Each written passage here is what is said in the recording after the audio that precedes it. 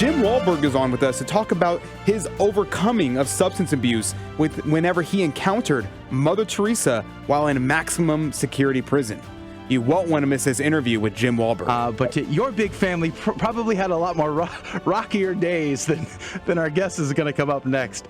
Tell us about how you landed yourself in prison and how you had a moment of incredible conversion experience there in the prison system. Well, it was the journey to prison was a lot shorter than the journey from prison. I can tell you that. I'm one of 9 kids. I'm the middle child of 9 kids. And, I was starved for attention. I was starved for love, and I was looking for it in all the wrong places, as the song says. And, I was looking for it in the streets. That's where I would find it. And, the guys that were doing all the wrong things were only too happy to accept me into their little gang, And right away I started with cigarettes. I started smoking cigarettes, and then I started drinking. And I was drinking alcohol. I think the first time I got drunk, I was about 8 years old. Wow. And it was older kids in the neighborhood thought it'd be funny to watch the little kid drink. I drank. Nothing really happened in the way of outside consequences, but what happened is I found a feeling of acceptance, and a feeling of belonging, and a feeling of like I was part of the gang, if you will. The next time I drank was a similar situation. It was a bunch of older kids. And when I say older, I mean, the second time I drank, I think I was 10, and the kids I was hanging around with were probably 17 or 18. Mm.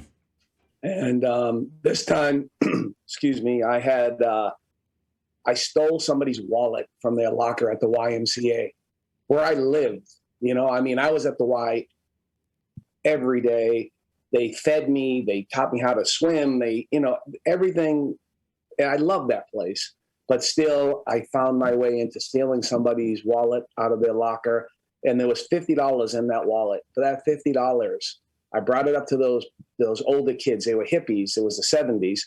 And I brought them the $50. And for that $50, I got a quart of Budweiser and a pack of cigarettes. And I thought I made a good deal. Wow. And, I drank that quart of Budweiser, and something happened to me. I couldn't get enough. And I remember everybody was kind of hanging out on the side of the school up the street from my house. And I was going around drinking their drink, grabbing their beer and drinking it. And, I went home, and, my consequences were immediate. I went home, I got sick, I threw up all over my mother's kitchen floor, and she instantly knew what it was. And she asked me, where did I get it? And I just pointed, and she knew what that meant. And she went up the street and beat the head hippie up over the head with her shoe, and that's great. I got locked in my room for a couple of days. And I really feel like my family, my parents thought, in the old days, if you caught a kid smoking cigarettes, they would make him smoke a pack of cigarettes. He'd get sick, and they'd say, okay, you'll learn your lesson, right? I think they thought I learned my lesson because I was so violently ill from the amount of alcohol that I drank. But that wasn't the case. When I finally got let out of my room after a few days of being on punishment, I ran right back up to that hippie's house, ready to pay the price for telling on him, as long as I could have some more. And not just more alcohol, but more attention, more acceptance. I wanted to be with them. Now, go ahead. I was going to ask, we have about 9 minutes left in our conversation.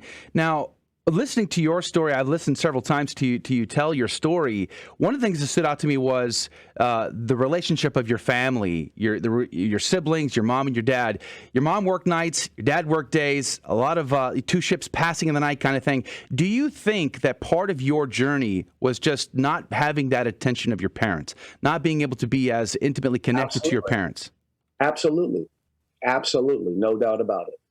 And so let's fast forward into prison. So you're in and out of you're a state ward. You're in and out of prison, but you're in your 20s. You beat a life sentence only because the guy who beat you begged the court not to give you life. Okay, I thought that was pretty powerful. But what happens when you're in prison in your mid-20s or your early 20s? There, you met somebody, changed your life. Right. So an important part of that story is it's my second time in state prison. I did 5 years on a sentence that I should have did 2 years on.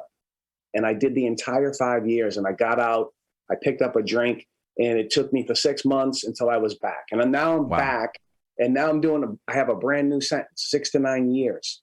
Like you said, it could have been a life sentence. But the only thing I knew is I didn't want to do 9 years, because if I did 9 years, I would have been 30 when I got out, and that was prehistoric, right? And so I started doing things to create the illusion that I was getting better. And the Catholic priest, Father Jim Freitas, took notice of it.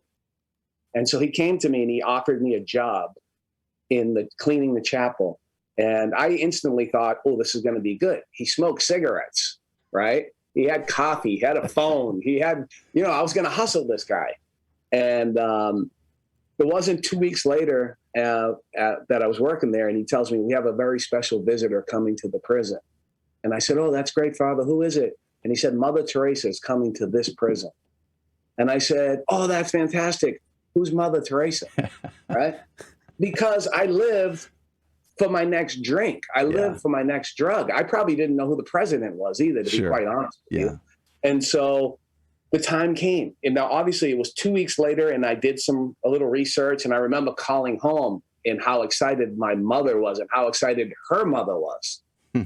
And so the day came, and it was a day that would change my life. It was a day that would, it was the first day in my life that I ever heard the words, God loves you. Wow. And that Jesus died for you. I grew up with God's going to get you, right? That's what I grew up with. It's a terrible thing to do to a child. I want to tell you that right now, right? To not know that there's a loving God, right? To not know that Jesus died for you, for your sins, and he loves you, right? He gave it up all for you, right? I was robbed of that. I'm so sorry. Instead, it's a terrible thing to do to a kid, I believe. And so the time came, and I was part of the procession because I worked in the chapel.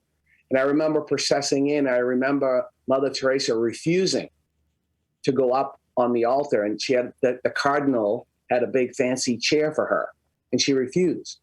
And instead, she stayed on her knees on the floor with the inmates, murderers, rapists, dangerous people. It was a maximum security state prison.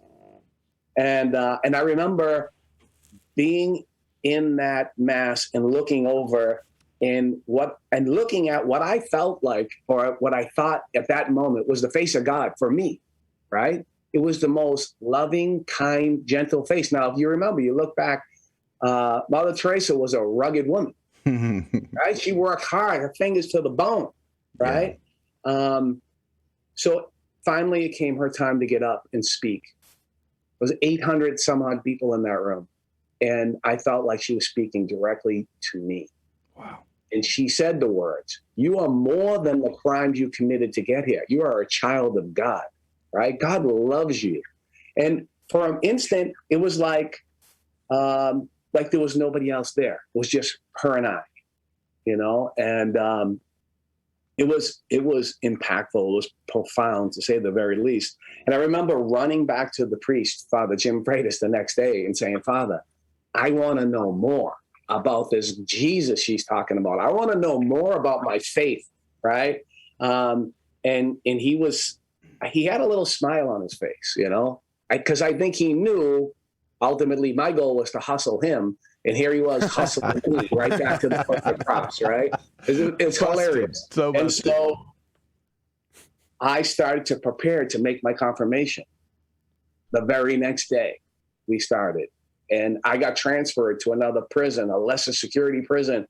And he passed me off to the priest there. And then I got transferred again. And that priest passed me off to the next priest until it came the time for me to make my confirmation. The preparations were complete. And I remember calling my mom and saying, I'm going to make my confirmation. Would you come? And she had already made a commitment that she would never visit me in prison again, because she had a traumatic experience when I was in maximum security state prison in the hole. And she came to visit me, and I was in rough shape. I was on 23-hour-a-day lockup. I couldn't come out of my cell without handcuffs on. And it broke her. It broke her heart. And so finally she agreed to come. And my mom passed recently. My mom so passed sorry. a couple months ago. Yeah, thank you very much. And my mom had dementia. But no matter how bad her dementia got, she could always go back to that day, to that moment, the moment when she knew I was different, the moment that she knew that something was different about me.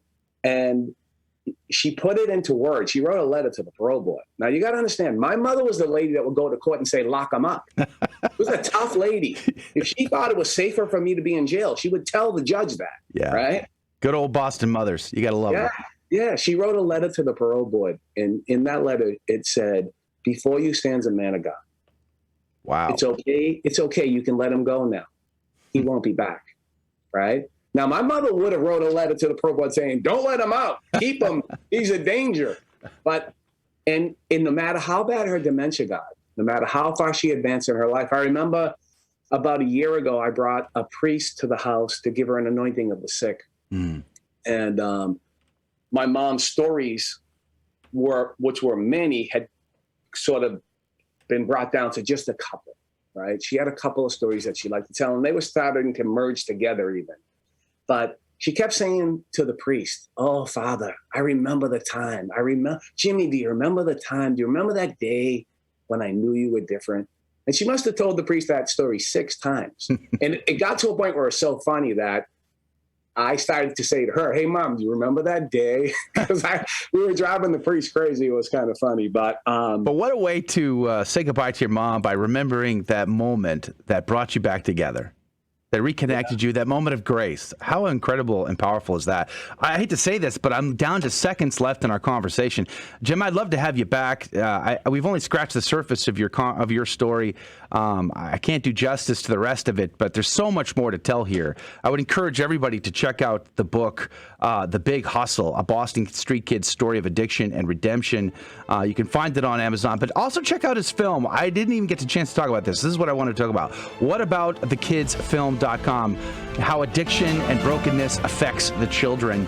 What about thekidsfilm.com? Jim Wahlberg, thanks for your time today. We'd love to have you back if you're willing to come. If you like that interview, then check out some of our other interviews that you might find fascinating. And don't forget to like and subscribe and share this interview with someone that you think will find this informative and inspiring. God love you.